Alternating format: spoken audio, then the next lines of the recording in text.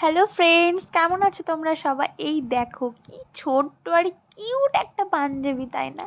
এটা একটা ছোট্ট বাবুর পাঞ্জাবি। আজকে আমি এই পাঞ্জাবিটায় আর্ট করব। তো প্রথমেই আমি আউটলাইনটা করে নিচ্ছি, ভিতরে কিছু আঁকবো না, শুধু আউটলাইনটাই করব। আর ভাবছি এটা একটু গর্জিয়াস করে করব, যাতে মানে অনেকটা ভরাট হয় কাজটা। তো আমার আউটলাইন হয়ে গেছে, এখন আমি রং দেওয়া শুরু করে দিয়েছি।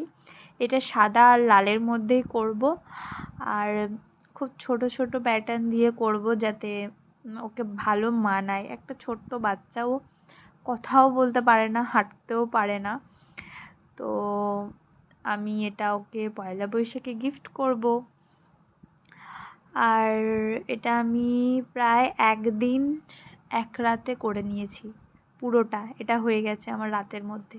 তারপরে সকালে উঠে আমি হাতাটা করলেই কমপ্লিট হয়ে যাবে। হাতাটাও আমি একটু ম্যাচিং করেই করার চেষ্টা করেছি ডিজাইনের সাথে। আর হাতাটার লুকটা এত সুন্দর আসবে আমি ভাবতেও পারিনি, সত্যি দারুণ লাগছিল।